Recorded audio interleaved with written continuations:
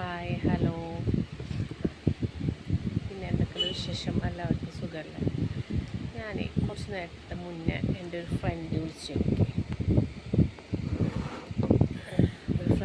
എനിക്ക് ഞാൻ സൗണ്ടൊന്ന് കൂട്ടി വെച്ചത്. എൻ്റെ ഒരു ഫ്രണ്ട് വിളിച്ചു. അപ്പം അവൾ വീഡിയോ കോളാണ് വിളിച്ചത്. അപ്പോൾ ഇടയ്ക്കും തലക്കൊക്കെ വിളിക്കാറുണ്ട്.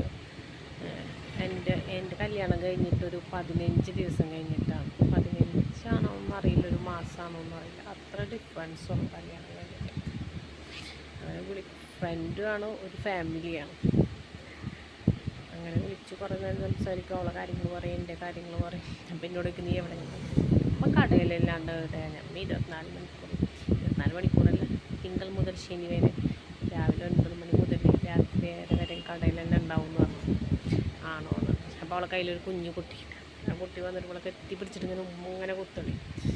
അപ്പോൾ അവൾ നോക്കണ വീട്ടിലത്തെ കുട്ടിയാണ്. കുട്ടിയെന്ന് വെച്ചാൽ ആ കുട്ടിക്ക് ഇവളില്ലാണ്ട് പറ്റില്ല. അതിൻ്റെ ഉമ്മാനം കാട്ടി ഉമ്മയും ഉപ്പയും ഡോക്ടറാണ്. ഉമ്മാനം കാട്ടി സ്നേഹങ്ങളോടെ. കാരണം രാത്രി ചിലപ്പോൾ ഒരു ഷിഫ്റ്റ് കഴിഞ്ഞിട്ട് വരുന്നുണ്ടാവും. ഇവളെന്നേക്കുള്ള ആ കുട്ടി മാത്രമുള്ള ഫ്ലൈറ്റിൽ ഇവളെന്നായിരിക്കും ആ കുട്ടിയുടെ എപ്പോഴും ഉണ്ടാവുക. ഞാൻ ചോദിച്ചു, ഞാൻ എന്നെ കുറിച്ചിട്ട് ഞാൻ എൻ്റെ യൂട്യൂബിൽ പറയട്ടെ എന്ന് വെച്ചു. നീയാണ് എൻ്റെ ഇന്നത്തെ കണ്ടന്റ്. എന്ത് കണ്ടന്റാണെന്ന് വെച്ചു. അല്ല, നിൻ്റെ കാര്യങ്ങൾ പറയട്ടെ എന്ന് വെച്ചു. നീ പറഞ്ഞോ എന്ന് വെച്ചു. പറഞ്ഞോ, കാരണം കുറേ പെൺകുട്ടികൾ അനുഭവിക്കണില്ല. നമ്മളൊക്കെ സ്വന്തം കാലിൽ നിൽക്കാത്തതുകൊണ്ട് നമ്മളൊക്കെ ചെറുപ്പത്തിൽ വെച്ച് കല്യാണം കഴിച്ച കാരണമാണ്. 18 വയസ്സിൽ നമ്മളൊക്കെ കല്യാണം കഴിച്ച കാരണം നമുക്കൊരു ജോലിയില്ല, ഒന്നുമില്ല. സ്വന്തം കാലിൽ അന്ന് പഠിച്ചൊരു നിൽക്കുകയാണെങ്കിൽ നമ്മൾക്ക് ഈ അവസ്ഥ വരില്ല എന്ന് പറഞ്ഞു. ഞാൻ പറയട്ടെ എന്ന് നീ പറഞ്ഞു എന്ന് വെച്ചു. അങ്ങനെ കല്യാണം കഴിഞ്ഞ് ഫസ്റ്റൊന്നും വലിയ കുഴപ്പമൊന്നും ഉണ്ടായിരുന്നില്ല കേട്ടോ, സുഖമായിരുന്നു. പക്ഷെ ആൾ മുന്നേ കുട്ടിക്കൂന്ന് തോന്നുന്നു. നല്ല കുട്ടിയെന്ന് വെച്ചാൽ അപ്പാര കുട്ടി മാത്രമല്ല, കുട്ടിച്ച് കഴിഞ്ഞാൽ നല്ല അടിയെന്ന് പറഞ്ഞാൽ അടിച്ച് ഭയങ്കര കലക്കണ മാതിരി. ഇവള് അത്യാവശ്യം ഒരു ചെറിയൊരു വണ്ണൊക്കെ ആയിട്ടാണ്, നല്ല സൈസാണ് കാണാൻ. ഒരടിക്ക് കിട്ടിയാണ്ടല്ലോ പിന്നെ നമ്മളൊന്നും അവിടെ നിന്ന് എണീക്കില്ല. അമ്മാതിരി അടിയാണവൻ അടിക്കും. അങ്ങനെ കുറച്ച് കാലമൊക്കെ അവൾ ഇങ്ങനെ നിന്നു. ഇതായി വീട്ടിൽ പോവും, വീട്ടിൽ നിന്ന് അവർ ലോഗിയാക്കി കൊണ്ടുവരും, പിന്നെ വീട്ടിൽ പോവും, പിന്നെ വീട്ടിൽ നിന്ന് ലോഗിയാക്കി കൊണ്ടുവരും. അങ്ങനെ കുറേ കാലമൊക്കെ അവൾ സഹിച്ച് പിടിച്ച് നിന്നു. ഫസ്റ്റ് ഒരു കുട്ടി ഉണ്ടായി, ആൺകുട്ടിയാണ് ഫസ്റ്റിലുണ്ടായ കുട്ടി. അങ്ങനെ പിന്നെ വീട്ടിൽ പോയി കുറച്ച് കാലം നിൽക്കും. പ്രശ്നങ്ങൾ ഇതൊക്കെ പള്ളി കമ്മിറ്റിക്കാർ, പോലീസ് സ്റ്റേഷന്, അങ്ങനെ കുറേ എന്ന് പറഞ്ഞാൽ അതിൻ്റെ ഇടയിൽ തൈറോയ്ഡ് ഉണ്ടായിരുന്നു. കൂടി ആകെപ്പാടൊരു ജാതി മരുന്നും കഴിക്കൂല, ഭക്ഷണവും ഭക്ഷണം കഴിക്കാൻ. ഇവിടെ കണ്ടാണ്ടല്ലോ നല്ലൊരു ഉണ്ടായിരുന്നു. വണ്ണം കുറഞ്ഞ് മുഖ കുട്ടി ആകെപ്പാടൊരു ജാതി പോലെ. പിന്നെ ഞാനൊരു ദിവസം ഇവിടെ കണ്ടത് ഒരു കല്യാണം, ഞങ്ങളൊരു ഫാമിലിയുടെ കല്യാണത്തിന് വെച്ചിട്ട്. എനിക്കിവളെ കണ്ടപ്പോൾ മനസ്സിലായില്ല. കാരണം ഹബ്ബായിട്ടിട്ട് കണ്ണ് മാത്രം കാണുന്നുള്ളൂ, കയ്യുമ്പോൾ ഷോക്സ്. അപ്പോൾ ഞാൻ എന്ത് ചെയ്തു, കുറച്ചിങ്ങനെ മുമ്പിലേക്ക് കുറച്ച് നേരം ഇങ്ങനെ മാറി നിന്ന് ഇങ്ങനെ സംസാരിച്ചപ്പോൾ എന്നോട് പറയും, എനിക്ക് ഇതെന്നെ ഇട്ടിട്ട് ഇന്ന സംശയമാണെന്ന്. അങ്ങനെ എന്ത് സംശയം? എന്നെ മാത്രമല്ല, അതിൻ്റെ താത്താൻ്റെ ഭർത്താവിനെ കൂട്ടിച്ചിട്ട് പറയും, എൻ്റെ ഉപ്പാനെ കുറിച്ചിട്ട്, എൻ്റെ ആങ്ങളിനെ കുറിച്ചിട്ട്. ഇപ്പം നീ ഒരു പെണ്ണായതുകൊണ്ട്, നീ ഒരു ആണാണെങ്കിൽ അന്നെ കൂട്ടിച്ചിട്ട് പറയും.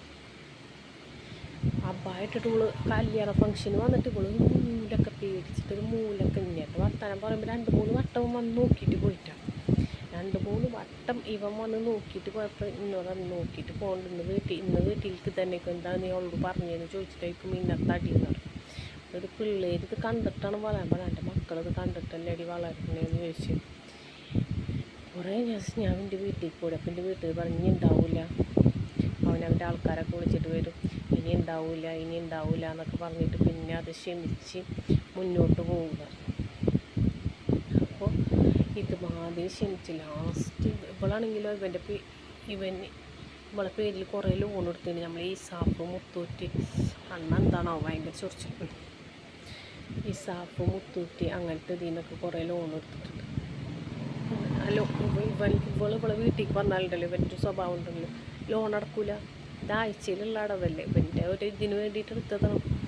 അതിൻ്റെ ഇടയിൽ ഇവൾക്ക് അബോഷനൊക്കെ ആയി, അങ്ങനെയൊക്കെ കുറേ പ്രശ്നങ്ങളും ഇതൊക്കെ ആയിട്ട് അങ്ങനെ കുറച്ച് കാലമൊക്കെ കഴിഞ്ഞ് എന്ത് ചെയ്ത് രണ്ടും കളിപ്പിച്ചുള്ള വീട്ടിൽ നിന്നാണ്.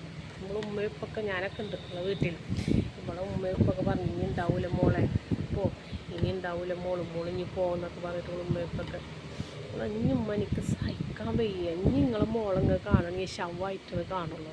അപ്പോൾ പിന്നെ അവൾ ഉപ്പയെ നിർബന്ധിച്ചില്ല പോകാൻ. നീ ഇനി എന്ത് ചെയ്യാനാണ് ഉദ്ദേശം വെച്ച് എനിക്കറിയില്ല, എൻ്റെ പഠിച്ച റബ്ബിനെ അറിയുള്ളൂ.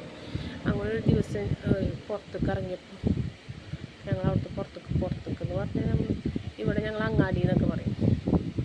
അങ്ങാടിയിൽ ഇറങ്ങി നോക്കുമ്പോൾ അവിടെ ഒരു കടയിൽ കയറിയപ്പോൾ ചേച്ചി പറയും കുട്ടീനെ നോക്കാൻ ആളെ വേണമെങ്കിൽ പരിസരത്തുണ്ടോ ചോദിച്ചു. അപ്പോൾ പറഞ്ഞു എനിക്ക് പോകാൻ തയ്യാറാണ്, ഞാൻ പോവാ ചേച്ചി. അങ്ങനെ നമ്മൾ പോയി. അവിടെ ഒരു 1.5 കൊല്ലമായിരുന്നുകൊണ്ട് ഇവളെ അടവ് ഇവളെ തന്നെ അടക്കണം എല്ലാ കാര്യങ്ങളും മുതൽ സെറ്റ് വരെ ഇവളെ കാര്യങ്ങൾ മൊത്തം ഇവളെ തന്നെ ചെയ്യണം. അതിൻ്റെ ഇടയിൽ ഈ പ്രാവശ്യം സ്കൂൾ പൂട്ടിന് ഇവിടെ കുട്ടിയുടെ പരിപാടികൾക്കാണെങ്കിലോ കുട്ടികളെ കാണാനിങ്ങനെ ഇതാക്കിയിട്ട് നമ്മൾ പ്രസവിച്ചതല്ലേ, നമുക്കറിഞ്ഞിട്ട് നമ്മളെ മക്കളെ പിരിഞ്ഞ് നിൽക്കണം. അവസ്ഥ കൊണ്ടും സഹിക്കാൻ പറ്റാത്തത് കൊണ്ടും മാത്രം പിരിഞ്ഞ് നിൽക്കണത്. അല്ലെങ്കിൽ കുറേ വട്ടം അവൾ അഡ്ജസ്റ്റ് ചെയ്തെന്ന് പറഞ്ഞാൽ നന്നായി അഡ്ജസ്റ്റ് ചെയ്തിട്ട് അവൾ നിന്നിട്ടുണ്ട്. അങ്ങനെ അവളെന്ത് ചെയ്തു, കുട്ടികളെ പരിപാടി ഉണ്ടായി, യൂത്ത് ഫെസ്റ്റിവലിൻ്റെ. അതിനുള്ള മോളെ പരിപാടി, മോളെ കാണാൻ വേണ്ടിയിട്ടുള്ള പോയി. മോളെ കാണാൻ പോയപ്പോൾ ഇവനിക്ക് ഉറപ്പുണ്ടായിരുന്നു ഇവൾ വരുമെന്ന്. കാരണം കുട്ടികളെ പരിപാടിയില്ല, നമ്മൾ ഇവിടെ നിന്ന് ലീവ് ചോദിച്ചിട്ട് കുട്ടിയുടെ പരിപാടിക്ക് വരും. ഇവനിക്ക് ഉറപ്പുണ്ടായിരുന്നു ഇവൾ ചെല്ലും.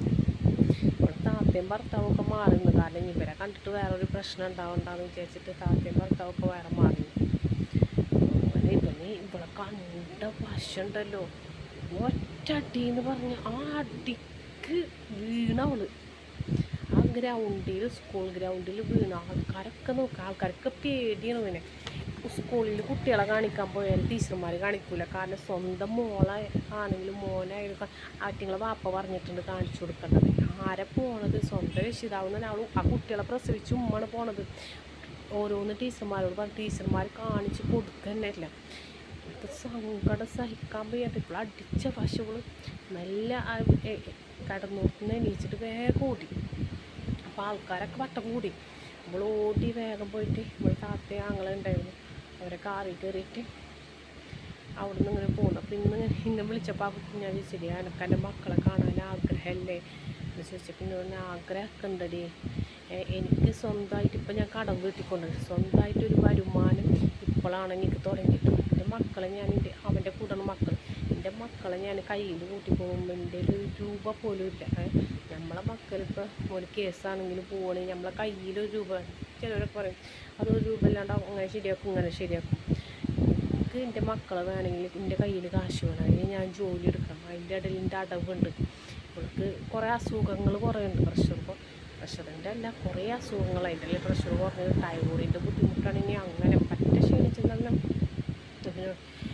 എത്രയായാലും നമ്മൾ പ്രസവിച്ച കുട്ടീനെ കാണാൻ നമ്മൾക്കൊരാഗ്രഹം ഉണ്ടാവും.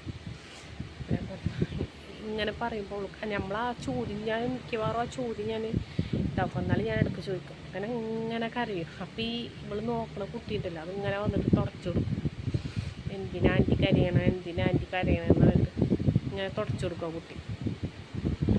അപ്പം അവൾ ആ ഒരു സങ്കടം കാണുമ്പോഴല്ലോ നമ്മൾക്കൊന്ന് പിടിച്ചു. അപ്പോൾ ഇനിയിപ്പോൾ ഇതിൽ കുറേ കമൻറ്റ് വന്നിട്ട് ചോദിക്കും ഇതൊക്കെ ഇവിടെ വന്നിട്ട് പറയേണ്ട കാര്യമുണ്ടോ.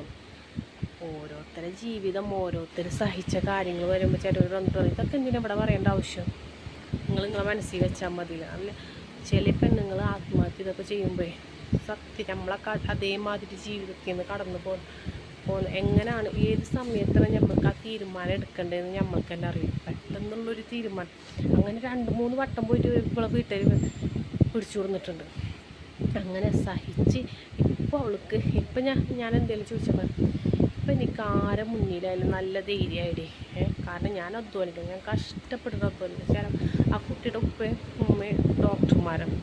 അപ്പം അറ്റിങ്ങ രാത്രിയിൽ വരില്ല, നൈറ്റ് ഡ്യൂട്ടിയൊക്കെ ഉണ്ടെങ്കിൽ രാത്രിയിൽ വരില്ല. അപ്പോഴും ഇവൾക്ക് ആ കുട്ടിക്ക് ഉമ്മ ഉപ്പാനെക്കാട്ടും കൂടുതൽ സ്നേഹം ഇവളോടാണ്. കാരണം ആ കുട്ടി 24 മണിക്കൂറും കാണുന്നത് ഇവളാണ്. അപ്പോൾ ആ കുട്ടിക്ക് സ്നേഹം എന്ന് പറഞ്ഞാൽ ആ കുട്ടി നമ്മളൊക്കെ എനിക്കായാലും ഞാൻ അങ്ങോട്ട് വീഡിയോ കോൾ വിളിക്കുമ്പോഴായാലും വേഗം വന്നിട്ട് ഹായ് പറഞ്ഞിട്ട്, ചെറിയ കുട്ടിയാണെങ്കിലും അതിൻ്റേതായ ഇതുണ്ടെങ്കിൽ ഹായ് പറഞ്ഞിട്ട് ഇങ്ങനെ ഇവളെ കടിക്കലും പിച്ചലും അപ്പം ഞാൻ സ്നേഹം കൊണ്ട് കട്ടിച്ച് പിച്ച് പറഞ്ഞത്. അവിടെ എനിക്ക് കുഴപ്പമൊന്നുമില്ലേ. ഞാനിപ്പോൾ ഇവിടെ നേരം വൈകിട്ടാണ് എനിക്ക് ഇവർക്കുള്ള ഫുഡ് കൊടുക്കും, ഉണ്ണിക്കുള്ള ഫുഡ് കൊടുക്കും. എപ്പോൾ വേണമെങ്കിലും ഇത് ഫ്ലാറ്റിലല്ലേ, എപ്പോൾ വേണമെങ്കിലും പണിയെടുത്താൽ മതി. കാരണം ആ കുട്ടിക്ക് ഞാനില്ല. ഇവളെ ഒരു ദിവസമാണെങ്കിലും ഇവളെ വീട്ടിലേക്ക് വന്നാൽ അപ്പോൾ ഇവൾക്ക് എൻ്റെ മക്കളെ കാണാത്തതിൻ്റെ വേദന ഇരിക്കുന്നു. പക്ഷേ നമ്മൾ സ്വന്തം കാലിൽ നിൽക്കുമ്പോൾ എൻ്റെ കുട്ടികളെ ഞാൻ കൊണ്ടു നോക്കും. അത് ഉറപ്പായിട്ട് ഞാൻ എൻ്റെ കുട്ടികളെ കൊണ്ടു നോക്കും. അല്ലാണ്ട് എൻ്റെ മക്കളെ ഞാനങ്ങനെ കളഞ്ഞിട്ടില്ലടി എന്ന് പറയും. അപ്പോൾ ഏറ്റവും കൂടുതൽ വിഷമം എന്താണ്, ഓരോരുത്തരെ കൂട്ടിച്ച് പറയും. നിന്ന നിർത്തിയിൽ നമ്മൾ ഇല്ലാണ്ടാവണേന്ന് തോന്നും. അങ്ങനെ ചെയ്യണവരാണെങ്കിൽ ആ പോട്ടെ, അല്ലെങ്കിൽ തെളിവോടുക്കെ പിടിക്കുക. ഇന്നാളെ കൂടെ പോവുകയാണെങ്കിലും ഇന്നത് നമ്മൾ തെറ്റാണ് നമ്മൾ ചെയ്യണമെന്നുണ്ടെങ്കിൽ തെളിവോടുക്ക്. ഇത് വെറുതെ ഇത് നമ്മളിപ്പോൾ ഒരു നമ്മൾ വീട്ടിലുള്ള ഒരാളിത് പറയുമ്പോൾ, സ്വന്തം ഭർത്താവ് ഒരു ഭാര്യനെ കുറിച്ച് പറയുമ്പോൾ 10 ആളിങ്ങനെ മാറി ആ ഒരു കണ്ണുകൊണ്ടാണ് നമ്മൾ തെറ്റ് ചെയ്തിട്ടില്ലെങ്കിലും ആ ഒരു കണ്ണുകൊണ്ടാണ് ഇവളെ കാണുന്നതെന്നുള്ളത് ഈ ചെക്കൻ എല്ലാ ആൾക്കാരെ കൊണ്ട് വെറുപ്പിച്ച് നിർത്തുക. സ്വന്തം ഭാര്യയാണ് ഈ വെറുപ്പിച്ച് നിർത്തണേ, ഇപ്പം എൻ്റെ കുട്ടികളെ ഉമ്മാനാണ് ഞാൻ വെറുപ്പിച്ച് നിർത്തണേ എന്നുള്ള ഒരു കാര്യം ഞാൻ ചിന്തിക്കണില്ല. അങ്ങനെ കുറേ അനുഭവിച്ചു. ഇപ്പോൾ എപ്പോൾ വിളിച്ചാലും ചിരിച്ചുകൊണ്ട് നിൽക്കും. കുട്ടികളെ കാണാത്തതിനുള്ള വിഷമം ഇല്ലാണ്ടല്ല, നന്നായിട്ട് വിഷമമുണ്ടാകും. ഈ കുട്ടികളാണെങ്കിൽ സ്വന്തം പിന്നോട് പറയും. ഇപ്പം എല്ലാവരും ചോദിക്കൂടി ഓരോരുത്തർ ചെറിയ പെണ്ണുങ്ങൾ കല്യാണം, ഈ പെണ്ണുങ്ങളൊക്കെ ഒളിച്ചോടി പോകുമ്പോൾ എന്തിനായിട്ട് ഇങ്ങനെ ഒളിച്ചോടി ചെയ്യാൻ, സ്വന്തം കാലിൽ നിൽക്കട്ടെ. നമ്മളൊക്കെ അവസ്ഥ കണ്ട സ്വന്തം കാലിൽ നമ്മൾ നിൽക്കാണ്ട് ഒരു പഠിച്ച് വല്ല ജോലി ഉണ്ടെങ്കിൽ നമ്മൾക്ക് ഇങ്ങനെ ഉണ്ടാവും. നമ്മളിപ്പം ഇപ്പം നമ്മളൊക്കെ ഈ അനുഭവിച്ച് വന്നതല്ലേ. 30-31 വയസ്സാകുമ്പോഴത്തേനാണ് ഈ അനുഭവിച്ച് വരുന്ന ഓരോരുത്തർ. അപ്പം നമ്മൾ സ്വന്തം കാലിൽ നിൽക്കുകയാണെങ്കിൽ ഒരാളെ കണ്ണും കാണാണ്ട് മൂക്കും കാണാൻ നമുക്ക് നമ്മളേതായ കാര്യങ്ങൾ നോക്കാനുള്ളത് എങ്കിലും നമുക്ക് വേണം. അങ്ങനെ ഒരു സംഭവം എൻ്റെ കൂട്ടുകാരിച്ചത് നിങ്ങൾക്ക് ഇഷ്ടമായെങ്കിൽ സബ്സ്ക്രൈബ് ചെയ്യുക. Okay, thank you, by.